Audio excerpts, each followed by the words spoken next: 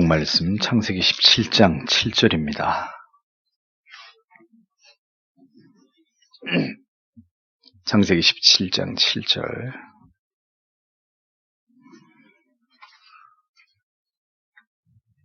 같이 읽겠습니다.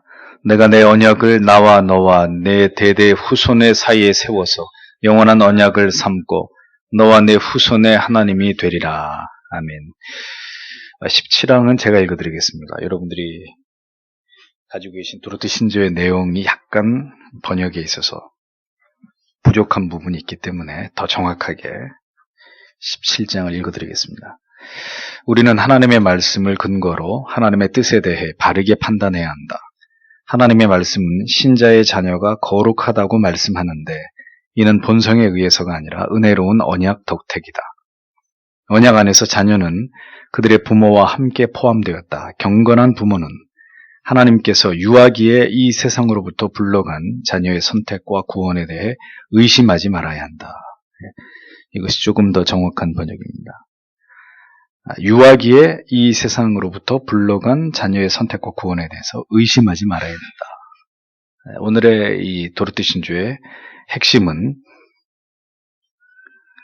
경건한 부모에게서 태어난 그러나 영아기 때 하나님의 부름을 받은 그 영혼의 선택의 문제를 어떻게 볼 것이냐, 그것입니다. 도르트 총회위원회의 초안에는 이 17항이 빠져 있습니다. 그 이후에 긴 논쟁을 통해서 마침내 이 17항이 첨부가 되어 있는 것을 확인할 수 있습니다. 그만큼 이 주제에 관해서는 치열한 논의가 있었다는 것을 알 수 있는 그런 부분입니다. 선택과 유기를 설명할 때 가장 난해한 문제 가운데 하나가 무엇이냐? 유아들의 죽음에 대해서 이것을 어떻게 볼 것이냐 하는 이 문제입니다. 영아들이 죽었을 때 과연 그들의 영혼은 어떻게 되는, 어디로 가는 것이냐?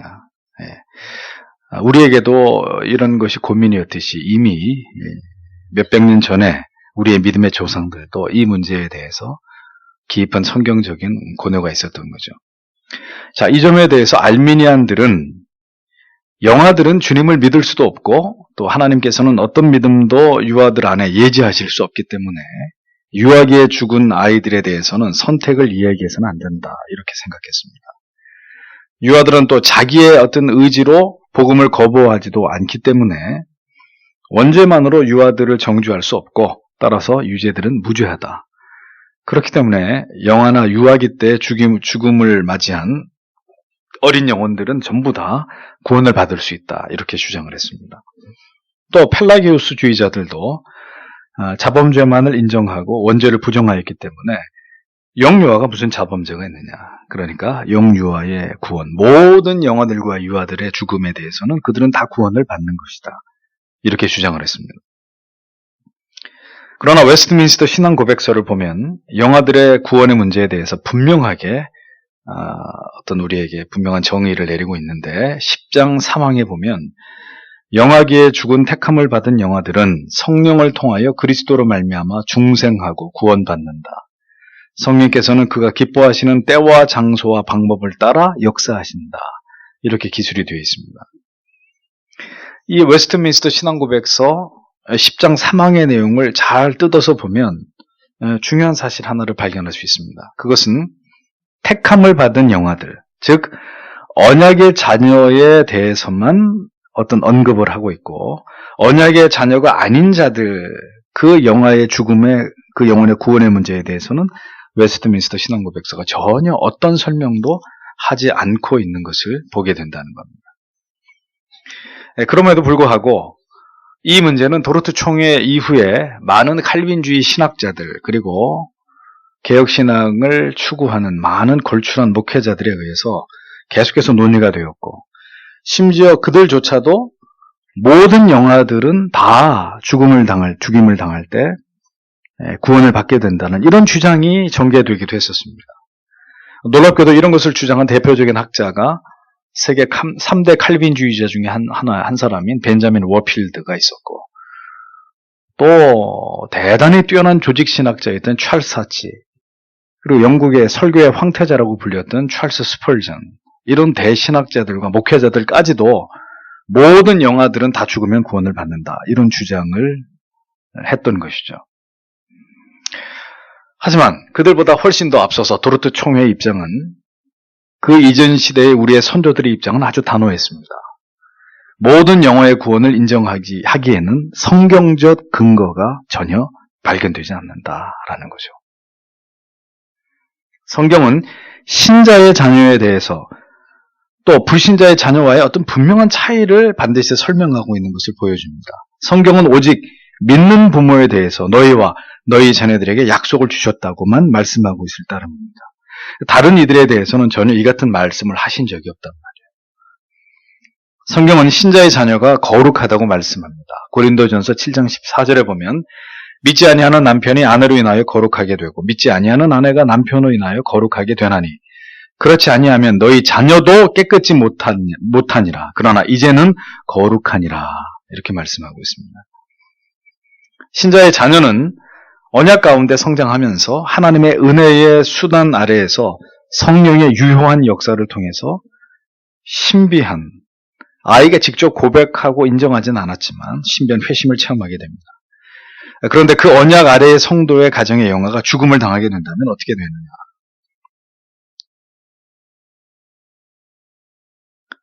유아기에 죽어도 그들은 언약의 자손이기 때문에 구원을 받게 된다.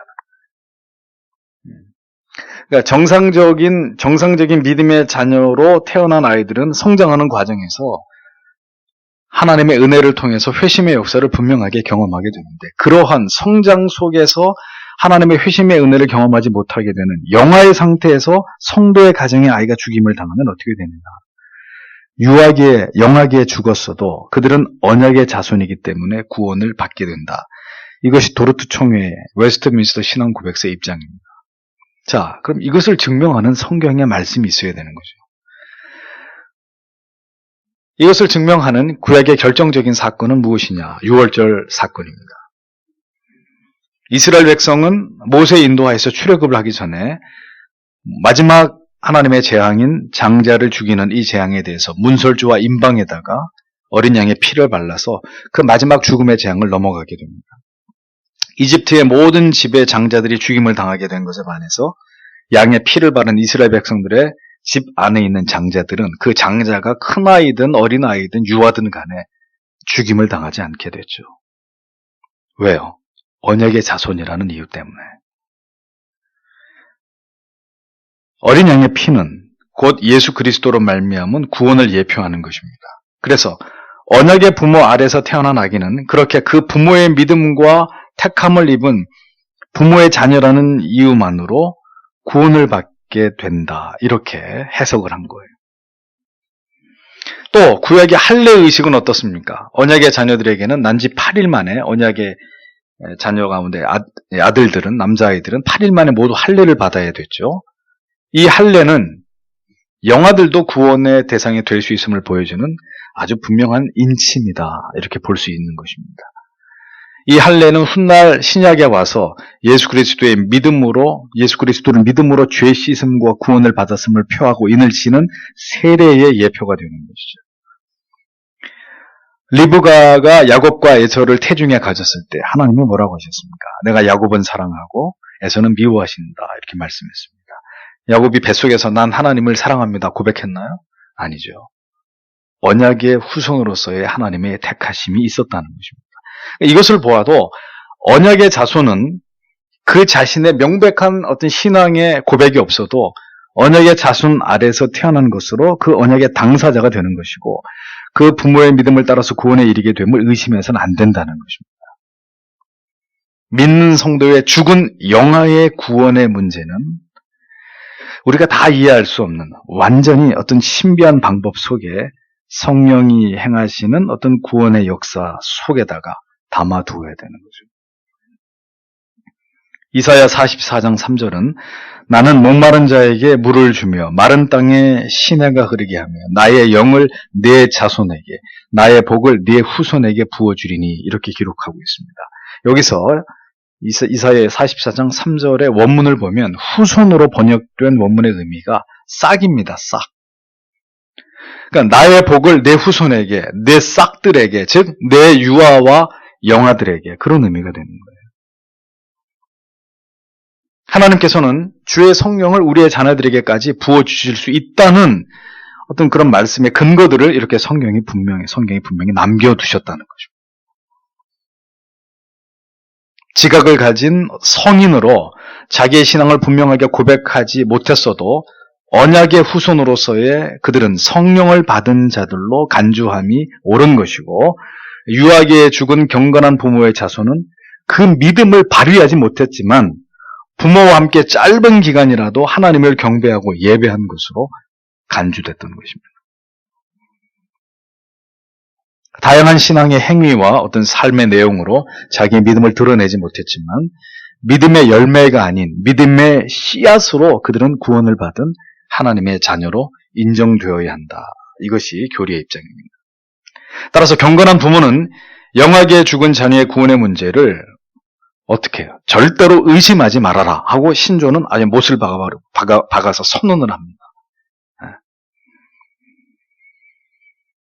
그러나 이렇게 영하나 유아라 할지라도 그 시기의 죽음에 대해서 그 영아의 구원을 신앙 고백자들이 인정하는 것은 반드시 그 영아의 부모가 신실한 신앙의 고백에 분명한 하나님의 경건한 부모일 경우, 경건한 하나님의 자녀일 경우에만 제한해서입니다. 만약 부모가 신앙을 가지고 있지 않거나 혹 교회를 다니기는 했지만 전혀 신자로 성도로 여길 수 없는 지극히 형식적인 신앙을 가진 그런 교인의 자녀라면 그 영아의 죽음에 대한 구원의 여부는 불투명해지는 것이죠. 모든 것은 하나님께서 판단하시나 죽은 영아의 구원은 반드시 그 부모의 분명한 믿음, 그의 믿음의 경건함이 담보되지 않는다면 이것은 절대로 불가한 것이라는 것을 교리는 분명하게 밝히고 있습니다. 오늘 이 신조의 내용도 보세요. 분명히 경건한 부모라고 이렇게 명시하고 있습니다. 그냥 부모 혹은 믿는 부모라고 이렇게 묘사하지 않았고 분명하게 경건한 부모라고 그렇게 제한하고 있는 것을 보여줍니다. 왜 경건한 부모라고 했을까요? 경건한 부모는 단지 자신이 예수를 믿고 교회를 다니고 있노라고 말하는 그런 부모들과는 구별되는 부모들이기 때문입니다. 그냥 종교적인 취미생활 하듯이 그렇게 교회를 다니는 부모들하고는 차원이 다른 그런 부모이기 때문입니다. 경건한 부모는 어린 영아와 유아기 때부터 그 어린 영혼을 위해서 부모로서 해야 할 모든 거룩한 사명을 다하는 자들이기 때문에 그냥 부모가 아닌 경건한 부모입니다. 아이를 위해서 기도하고 아이와 함께 기도할 것을 유아 세례를 받는 유아의 부모들은 반드시 하나님 앞에서 서약을 합니다. 아이를 위해서 기도하고 아이와 함께 기도하겠습니까? 질문했을 때 예, 그렇게 하겠습니다 라고 다 서약을 하고 유아 세례를 받은 사람들입니다. 경건한 부모는 자녀가 아무리 어린 심지어 이 태중에 있는 그런 상태에 있다 할지라도 하나님을 경외함으로 삶과 마음가짐과 몸가짐을 그리고 자기의 영혼을 경건하게 관리합니다. 성경적인 태교를 행하고 아이가 태어나면 전혀 엄마 아빠의 말을 이해하지 못하더라도 그 태어난 영아에게 성경을 읽어주고 찬송을 불러주고 그 아이에게 손을 올리고 기도하죠. 경건한 부모입니다. 경건한 부모는 그 어린 영혼을 위해서 기도하기를 쉬지 않습니다. 이미 뱃속에 있을 때부터 그리고 태어나서 계속 경건한 부모는 그 어린 아기를 위해서 기도합니다. 이 아이가 자라면서 죄를 범하지 않도록 하나님을 힘써 경외하도록 예수 그리스도를 깊이 사랑하는 그런 아들, 딸이 되기를 기도합니다. 그 길을 인도하셔서 하나님을 영원롭게 하기를 어떤 어려움과 고난이 와도 배도하지 않고 그 믿음을 지켜내는 그런 자녀가 되기를 원한다고 경건한 부모는 기도한단 말이에요. 아무리 바빠도 아무리 피곤해도 그 생명을 끌어안고 하나님 앞에 기도하는 부모란 말입니다.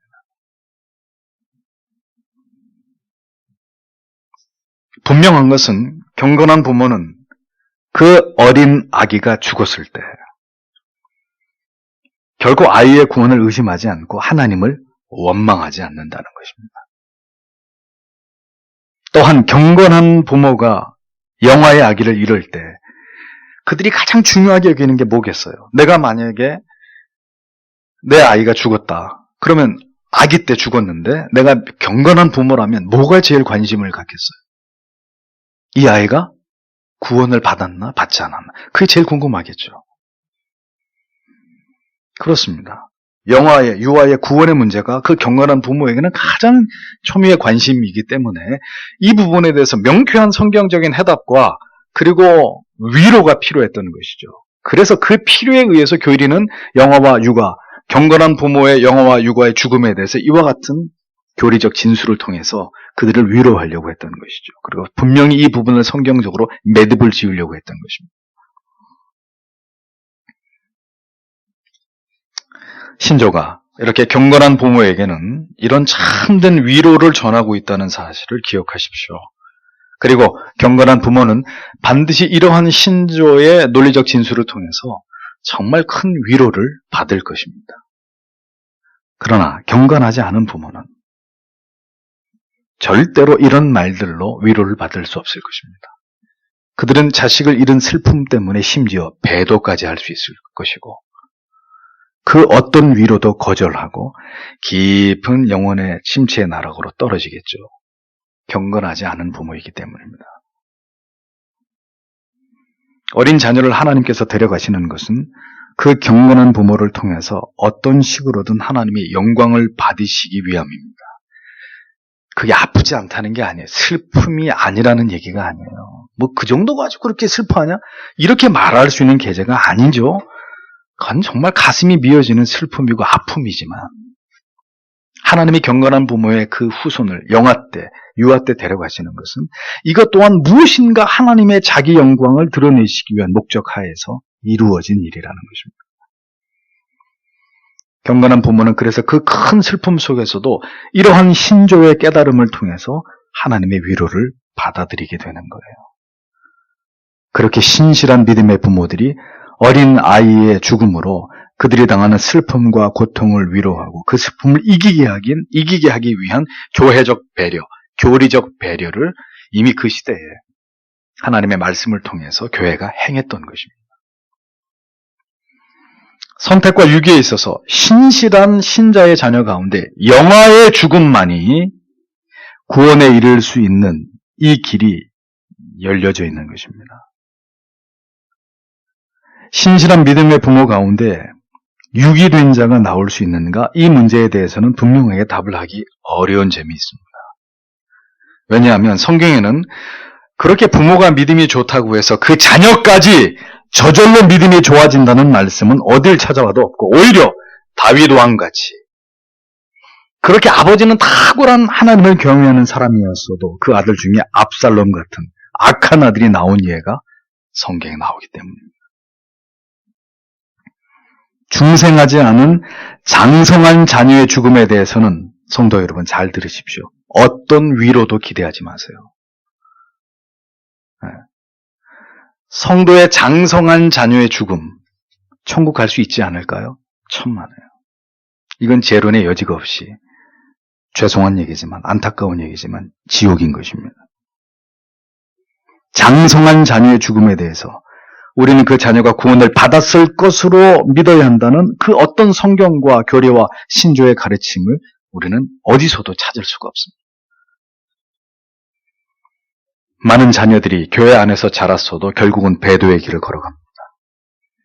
그러하기에 우리는 오늘도 우리의 자녀들의 회심과 중생을 위해서 기도해야 되고 교회는 더 분명한 구원의 도를 가르쳐서 성도들의 자녀들이 회심을 경험하도록 교육해야 될 책임이 있는 것입니다. 이건 학교가 해주는 게 아니에요. 교회만 할 수 있는 것입니다. 교리는 경건한 부모의 영아의 죽음에 대해서는 관대했지만 장성한 자녀의 회심의 문제에 대해서는 매우 엄격했고 진지했고 명료하게 조사했고 살폈습니다. 적당히 받는 구원은 성경의 그 어디에서도 발견되지 않기 때문이죠. 오늘날 많은 기독교식의 장례식을 제가 참석해 보았지만 그 장례식들의 대부분은 엉터리인 경우가 허다했습니다. 신앙 고백이 없이 죽은 부모, 자녀, 배우자에 대해서 목회자가 가서 어떻게 기도해요? 천국 가게 해달라고 기도해요. 과거에 대통령들 죽으면 중은 목탁 두들기고 목사는 와서 천국 가게 해달라고 그러고 극락 가게 해달라고 그 연불 외우고 입맛대로 다 하는 거죠. 원불교는 원불교대로 또 4대 종파 다 와서 참 제가 보면서 기가 막힌 거죠. 저 누구를 위해서 저렇게 기도하나? 뭘 기도하는 건가? 신앙의 고백이 없이 죽은 가족들 목사가 장례식 가서 천국 가게 해주시옵소서. 코미디 같은 일들입니다. 이것이 오늘날 교회가 얼마나 성도의 구원의 문제를 우습게 생각하고 이것에 대해서 무지하고 천박한지를 보여주는 그런 방증이죠. 그래서 교회 법에는 구원받지 않은 성도의 장례식을 목회자가 집례하지 못하게 되어 있습니다. 그런데 성도님들이 와서 장례식 좀 해주십시오. 그러면 노하는 목회자들이 얼마나 되겠어요? 다 가서 지금 방금 얘기한 대로 그렇게 천국 가게 해달라고 기도하고 다 그렇게 응해주죠. 죄송한 얘기지만 여러분들은 저한테 그런 것을 부탁하시지도 않을 뿐더러 부탁하신다고 해도 저는 가지도 않습니다. 분명히 믿는 자에게만 기독교식의 장례가 허용되는 것이고 우리는 그곳에서 예배가 아니에요. 장례식이에요. 한 영혼을 천국으로 떠나보내기 위한 마지막 절차를 수행할 뿐입니다. 그것도 분명히 말씀드립니다. 유교식과 천주교의 전통대로 발인, 입관, 하관 다 안 합니다. 딱 한 번만 예배드립니다. 그렇게 하는 것이 하나님 앞에 합당한 것입니다.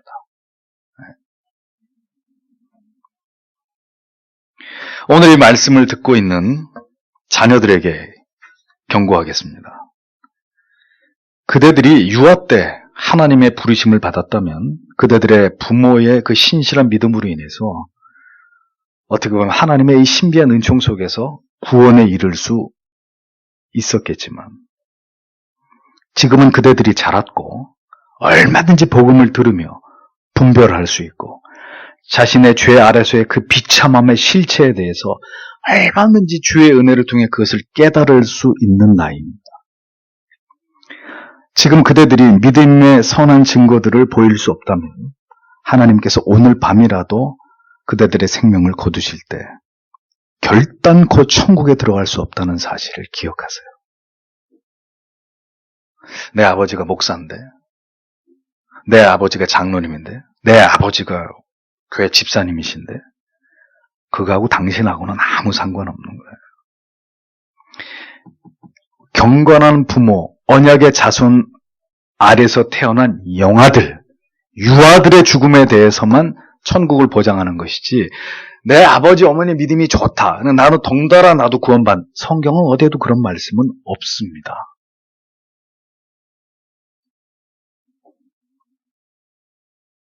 부디 자신의 구원을 진지하게 생각하고 주께서 여러분들에게 은혜 주시기를 기도하셔야 돼요. 간절히 기도하셔야 돼요. 응? 성령으로 여러분의 마음을 변화시켜 주시고 그리스도의 십자가의 구속의 은혜를 인격적으로 경험할 수 있기를 간절히 기도하는 그대들이 되어야 합니다. 그리고 부모님들이 되셔야 되는 거죠. 여러분이 구원을 받고 그것을 확신하기를 바라는 그 이상으로 하나님께서 여러분이 구원받기를 원하고 계신다는 것을 기억하세요. 그러니 아무리 기도해도 뭐 안 되더라, 안 들어주시더라 그런 잠꼬대 같은 얘기하지 말고 진지하게, 뜨겁게, 열렬하게 하나님 나를 불쌍히 여겨주시고 내 영혼에 그리스도를 아는 은혜의 빛을 나에게 비추어 주십시오. 반드시 저는 주님을 만나야 되겠습니다. 진지하게 하란 말이에요. 진지하게. 하다가 안 되면 때려쳐버리고 성경도 보다가 그냥 덮어버리고 그렇게 하지 말고 여러분들의 영혼이 달린 문제잖아요. 영생을 받느냐 영벌을 받느냐의 문제인데 그렇게 부모님 따라서 수년을 수십 년을 왔다가 갔다가 하지 마요. 그렇게 하지 마. 보지 마. 그냥 세상에서 죄 짓고 살다 지옥 가라니까 그렇게 하면 그렇게 대충 하려면 그냥 마지 못해서 부모님 때문에 목사님 때문에 할 수 없이 아무도 안 반가워요. 그렇게 믿다 지옥 가는 수가 있어요. 부지런히 하나님께 구하고 은혜에 매달리고 주님 저는 아직 회심의 은혜를 경험하지 못했습니다. 그러나 주께서 나를 부르셨기 때문에 이렇게 오늘도 말씀을 듣고 내 영혼에 깊은 찔림을 얻고 있습니다. 그러나 저는 이것으로 만족하지 못합니다. 십자가를 경험하는 그 근본적인 어떤 은혜를 내 영혼이 각성하고 환골탈태하는 주님을 만나는 그 감격을 내게도 허락해 주십시오. 여러분보다 하나님이 더 원하신다는 거. 근데 그렇게 진지하게 자기의 영혼의 문제를 놓고 고뇌하지 않고 기도하지 않기 때문에 어린 유아를 두고 있는 앞으로 두게 될 미래의 부모님들에게 권합니다. 하나님 앞에서 약속한 대로 언약의 자손으로 기르고 양육하십시오. 그렇게 자녀를 주시면 양육하겠다고 지금부터 기도하십시오. 하나님은 농담을 하시는 분도 아니고 여러분의 농담 같은 기도를 들으시는 분도 아닙니다. 입으로 그렇게 하겠노라고 공회 앞에서 여러분들의 자녀를 유아세례 줄 때 기도하고 선서하셨으면 지키세요. 하나님이 그 선서를 기억하고 계십니다. 잠언 18장 17절을 흠정역으로 번역하면 이런 뜻이 됩니다. 일찍 나를 찾는 어린 아이들이 나를 만날 것이다. 기도하겠습니다.